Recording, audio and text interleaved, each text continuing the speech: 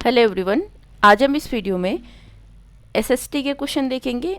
ये जो आपका क्वेश्चन पेपर है दिसंबर 2018 को हुआ था और ये आपका पेपर 2 है। लास्ट वीडियो हमने क्वेश्चन नंबर 31 से लेकर के 60 तक कर लिया था। इस वीडियो में हम क्वेश्चन नंबर 61 से लेकर के 90 तक करेंगे। तो चलिए शुरू करते हैं। उससे पहले आप वीडियो को लाइक कर दें, शेयर कर दें। अगर आप इस चैनल पर नए हैं तो चैनल को सब्सक्राइब जरूर कर लें ताकि आने वाले सारे नोटिफिकेशन आपको मिलता रहे। तो हम अपना क्वेश्चन शुरू करते हैं। क्वेश्चन नंबर फर्स्ट कहता है, निम्नलिखित में से कौन राज्य सभा सदस्यों का चुनाव कराता है? विधानसभा निर्वाचन क्षेत्रों के मतदाता, संसदीय निर्वाचन क्षेत्रों के मतदाता, लोकसभा सदस्य, विधानसभा के सदस्य। तो बताएं इसका सही आंसर क्या होगा।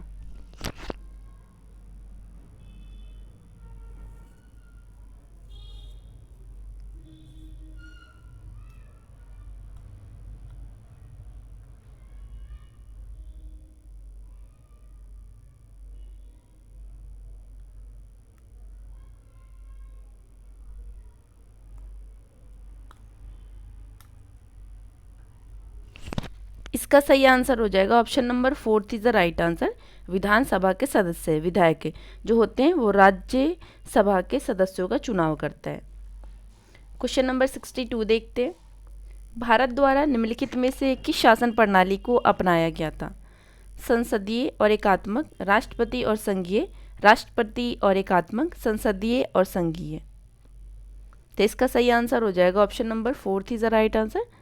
पार्लियामेंट्री एंड फेडरल, संसदीय और संघीय व्यवस्था को अपनाया गया था। क्वेश्चन नंबर 63 देखते। अनुसूचित जातियों के लिए कितने संसदीय निर्वाचन क्षेत्र आरक्षित है? मतलब जो एससी हैं उनके लिए कितने संसदीय निर्वाचन क्षेत्र आरक्षित है? तो 48, 84, 47 या 74। तो इसका सही आंसर हो जाएगा 63 का option number 2 is the right answer, 84।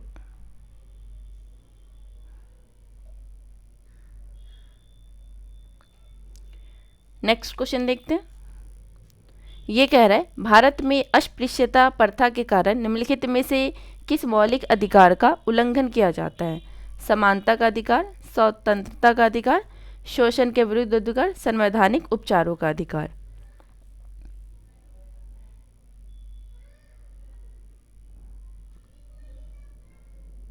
इसका सही आंसर हो जाएगा option number 1 is the right answer, समानता का अधिकार। नेक्स्ट क्वेश्चन देखते हैं। भारत के संविधान के अनुसार निम्नलिखित में से कौन सा मौलिक अधिकार नहीं है? शिक्षा का अधिकार, शोषण के विरुद्ध अधिकार, धर्म की आज़ादी का अधिकार, संपत्ति का अधिकार। तो इसका सही आंसर हो जाएगा आपका शिक्षा का अधिकार है, शोषण के विरुद्ध अधिकार है, धर्म की आज़ादी का भी अधिकार है आपके पास, और संपत्ति का अधिकार पहले था, अब इसको हटा दिया गया, इसलिए आपका जो नहीं है वो हो जाएगा option number 4, right to property. Question number 66 देखते। अस्पृश्यता डैश के आधार पर भेदभाव को संदर्भित करता है? शारीरिक विकलांगता, लिंग, जाति, वंश। जो अस्पृश्यता है, अनटचबिलिटी है, वो किस आधार पर भेदभाव को संदर्भित करता है?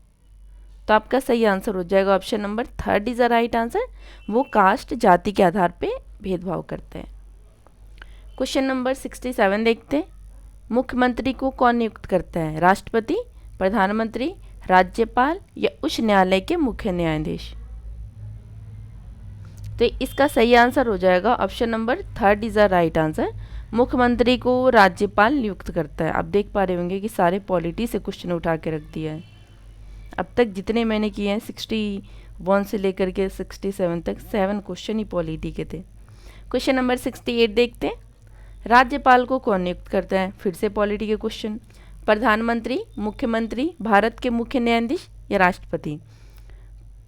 तो बताएं राज्यपाल को कौन नियुक्त करते हैं? तो इसका सही आंसर हो जाएगा जो गवर्नर होते हैं उसको अपॉइंट्स करते हैं राष्ट्रपति, president. Option number 4 is a right answer.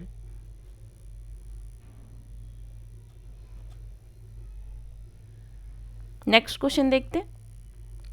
Question number 69 कह रहा है, ये भी आपका पॉलिटी का क्वेश्चन है। प्रधानमंत्री का चुनाव कौन करते हैं? मंत्रियों के परिषद, मुख्यमंत्री, सांसद और विधायक।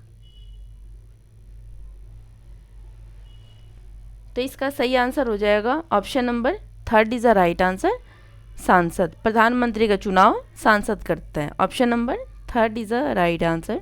नेक्स्ट क्वेश्चन पे चलते हैं। क्वेश्चन नंबर 20 कहता है निम्नलिखित में से किसको भारत का पहला नागरिक कहा जाता है? भारत के मुख्य न्यायाधीश, गृह मंत्री, राष्ट्रपति, प्रधानमंत्री। तो आपका सही आंसर हो जाएगा भारत, निम्नलिखित में से भारत का पहला नागरिक राष्ट्रपति होता है, प्रेसिडेंट होता है। Option number third is the right answer. Question number 21 देखते हैं। ये कह रहा है निम्नलिखित में से किसको भारत में राज्य का पहला नागरिक कहा जाता है? एक सेकेंड, ये दोनों क्वेश्चन रिपीटेड हैं आपके। आपका 70 और 71 सेम क्वेश्चन है, आप देख पा रहे होंगे। ये कह रहा है 20 कह रहा है निम्नलिखित में से किसको भारत का पहला नागरिक कहा जाता है। ये कह रहे हैं निम्नलिखित में से किसको भारत में राज्य का पहला नागरिक कहा जाता है। अच्छा नहीं, ये कंट्री लेवल पे पूछा और ये स्टेट लेवल पे पूछा है। तो उच्च न्यायालय के मुख्य न्यायाधीश, गृह मंत्री, राज्यपाल एंड मुख्यमंत्री। तो आपका सही आंसर हो जाएगा देश का प्रथम नागरिक राष्ट्रपति होता है, पर राज्य का प्रथम राज्यपाल होता है। Option number third is the right answer. Question number 22 देखते हैं। आप देख पा रहे होंगे 11 क्वेश्चन पॉलिटी से थे, फिर 72 भी पॉलिटी के क्वेश्चन हैं आपके। ये कह रहा है वर्तमान लोकसभा 2014 के बाद है 13वीं, 14वीं, 15वीं या 16वीं। तो आपका सही आंसर हो जाएगा option number fourth is the right answer. वर्तमान लोकसभा 2040 के बाद जो है वो 16वीं है। क्वेश्चन नंबर 73 देखते हैं। भारत के वर्तमान राष्ट्रपति कौन है? ये 2018 का पूछ रहा है आपसे। अभी तो द्रौपदी मुर्मू है, अभी तो श्रीमती द्रौपदी मुर्मू जी है, लेकिन ये 2000 आपका 18 का क्वेश्चन पेपर है, इसलिए आप उस हिसाब से आंसर करेंगे। भारत का वर्तमान राष्ट्रपति आई मीन 2018 का राष्ट्रपति नरेंद्र मोदी, वो तो प्रधानमंत्री हैं, प्रतिभा पाटिल, एम वेंकैया नायडू या रामनाथ कोविंद। तो आपका सही आंसर हो जाएगा 2018 में उस टाइम आपके राष्ट्रपति थे, प्रेसिडेंट थे Ramnath Kovind. Option number fourth is the right answer. Question number 74 देखते। भारत के संविधान में निम्नलिखित में से किसका उल्लेख नहीं किया गया है? इसमें से आपके 4 ऑप्शंस दिए हुए हैं और आपसे ये पूछा जा रहा है कि ऐसा कौन है जिसका उल्लेख भारत के संविधान में नहीं किया गया है। राज्यों और केंद्र शासित प्रदेशों के नाम, क्या ये भारत के संविधान में है? तो बिल्कुल है, तो आपका ये सही हो जाएगा। सरकार का ढांचा, राजनीतिक दलों के नाम, नागरिकों के अधिकार। तो आपके लिए इजी करते हैं कि सरकार का आपका ये ऑप्शन नंबर फोर्थ भी भारत के संविधान में है कि नागरिकों के अधिकार, राइट ऑफ द सिटीजन्स। तो बताएं आपका जो नहीं है वो कौन होगा, सरकार का ढांचा या राजनीतिक दलों के नाम? तो आपका सही आंसर हो जाएगा option number third is the right answer. सरकार का ढांचा तो संविधान में है, लेकिन राजनीतिक दलों के नाम कौन चुन के आएगा, इनका नाम पहले से तो नहीं है ना संविधान में, इसलिए आपका सही आंसर हो जाएगा option number third. Question number 75 देखते हैं। ये कह रहा है राज्यसभा में सदस्यों को कौन नामांकित करता है? राष्ट्रपति, उपराष्ट्रपति, प्रधानमंत्री या सर्वोच्च न्यायालय के मुख्य न्यायाधीश? राज्यसभा में सदस्यों को कौन नामांकित करते हैं? तो आपका सही आंसर हो जाएगा option number first is the right answer. Rajya Sabha में सदस्यों को कौन नामांकित करता है? तो वो राष्ट्रपति करते हैं, प्रेसिडेंट।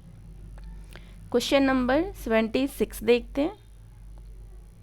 ये कह रहा है निम्नलिखित में से कौन भारत के संविधान सभा का अध्यक्ष था?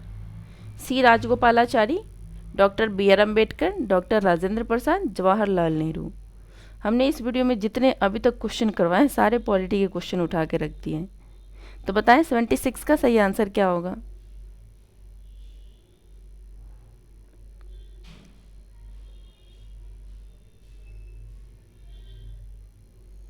इसका सही आंसर हो जाएगा option number third is the right answer, doctor Rajendra Prasad. Question number 77 देखते हैं।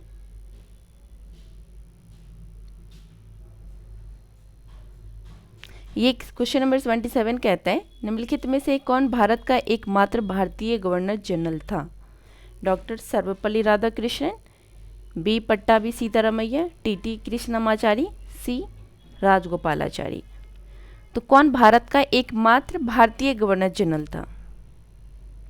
तो आपका सही आंसर हो जाएगा option number 4 is the right answer, C Rajagopalachari. Question number 78 देखते हैं।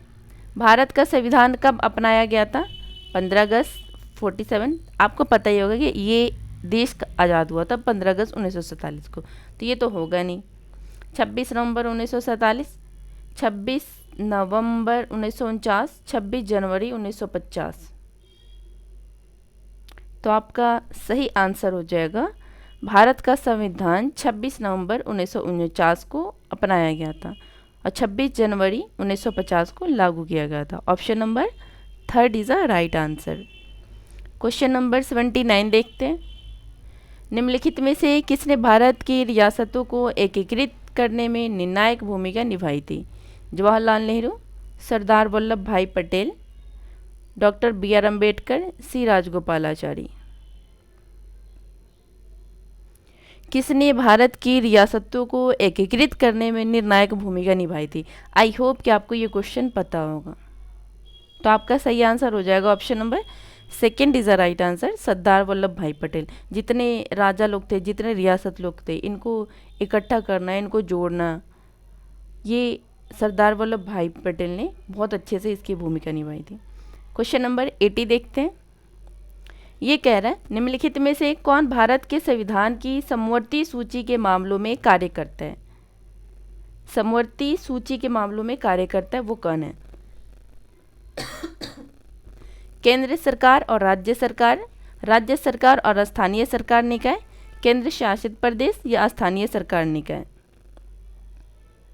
तो आपका सही आंसर हो जाएगा जो समवर्ती सूची होती है वो उसमें केंद्र सरकार और राज्य सरकार दोनों मिलकर कार्य करते हैं। तो option number 1 is the right answer. Question number 80 देखते हैं।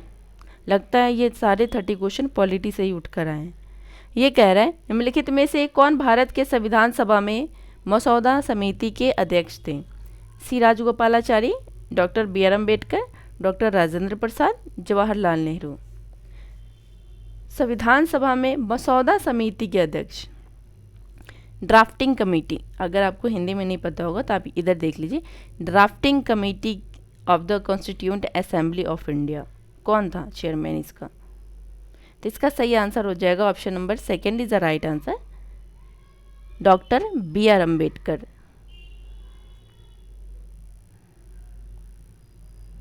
क्वेश्चन नंबर 82 देखते हैं। 18वीं सदी में किसके नेतृत्व में बंगाल धीरे धीरे मुगल नियंत्रण से अलग हो गया? मुर्शिद कुली खां, नादिर शाह, अली वर्दी खां, बुरहान उल मुल्क। तो इसका सही आंसर हो जाएगा option number 1 is the right answer, मुर्शिद कुली खां। 18वीं सदी में किसके नेतृत्व में बंगाल धीरे धीरे मुगल नियंत्रण से अलग हुआ था हो गया? तो वो है मुर्शिद कुली खां। ये आपके आ गए हिस्ट्री के क्वेश्चन। मतलब तो इस वीडियो में 61 से लेकर के 81 तक आपके पॉलिटी के क्वेश्चंस थे। क्वेश्चन नंबर 83 देखते हैं। निम्नलिखित में से किस गवर्नर जनरल ने फैसला किया कि बहादुर शाह जफर आखिरी मुगल सम्राट होंगे और उनकी मृत्यु के बाद किसी भी वंशज को शासक के रूप में पहचाना नहीं जाएगा? डलहौजी, विलियम बेंटिक, कैनिंग या कॉर्नवालिस। तो आपका सही आंसर हो जाएगा वो था option number 3 is the right answer, वो कैनिंग था, जिन्होंने ये कहा था कि बहादुर शाह जफर आखिरी मुगल सम्राट थे, इसके बाद इनके वंशज को शासक के रूप में नहीं पहचाना जाएगा। क्वेश्चन नंबर 84 देखते हैं। किस गवर्नर जनरल ने घोषित किया कि अवध पर गलत तरीके से शासन किया जा रहा था और उचित प्रशासन सुनिश्चित करने के लिए ब्रिटिश शासन की आवश्यकता थी? लॉर्ड रिपन, कैनिंग, डलहौजी या माउंटबेटन। तो आपका सही आंसर हो जाएगा option number 3 is the right answer, वो कोई नहीं, वो डलहौजी था। नेक्स्ट क्वेश्चन देखते हैं। कानपुर के किस शासक ने खुद को पेशवा कहा? नाना साहेब, बाजीराव प्रथम, बाजीराव द्वितीय, बहादुर शाह जफर। तो आप इसको कट कर दें कि आपका बहादुर शाह जफर ने नहीं कहा था। तो आपका सही आंसर हो जाएगा option number first is the right answer. जो नाना साहब थे उन्होंने खुद को पेशवा कहा था। क्वेश्चन नंबर 86 देखते। कारखाने के विषय में पढ़ने के लिए सबसे उपयोगी विधि होगी एक कहानी सुनाना, किसी विशेषज्ञ को निमंत्रित करना, किसी औद्योगिक कारखाने की यात्रा आयोजित करना, एक डॉक्यूमेंट्री फिल्म दिखाना। तो आपका सही आंसर हो जाएगा option number third is the right answer. कारखाने के विषय में पढ़ाने के लिए सबसे उपयोगी विधि वह होगी कि किसी औद्योगिक कारखाने की यात्रा आयोजित कराना। Option number third is the right answer. Question number 87 देखते हैं। एडोसैट से क्या अभिप्राय है? रॉकेट जिसका उपयोग मानव निर्मित उपग्रहों को सूर्य की कक्षा में स्थापित करने के लिए किया जाता है। एडोसैट सौरमंडल में खोजा गया एक नया ग्रह है। एक क्षुद्र ग्रह जो मंगल और बृहस्पति की कक्षाओं के बीच पाया जाता है। एडोसैट एक मानव निर्मित भारतीय उपग्रह है। तो बताएं इसका सही आंसर क्या होगा? इसका सही आंसर हो जाएगा option number fourth is the right answer. एक मानव निर्मित भारतीय उपग्रह है। क्वेश्चन नंबर 88 देखते हैं। ये कह रहे हैं पंचवानी और बीजक में निम्नलिखित में से किस महान हस्ती के छंद और विचारों को संरक्षित किया गया है? मीराबाई, कबीर, गुरु नानक, रविदास। तो आपका सही आंसर हो जाएगा option number second is the right answer, Kabir. Question number 89 देखते हैं। एलोरा की गुफा का भित्ति चित्र जिसमें विष्णु को नरसिंह अर्थात पुरुष सिंह के रूप में दिखाया गया है किस काल की कृति है? गुर्जर प्रतिहार काल, राष्ट्रकूट काल, चालुक्य काल, गुप्त काल। तो बताएं 89 का सही आंसर क्या होगा?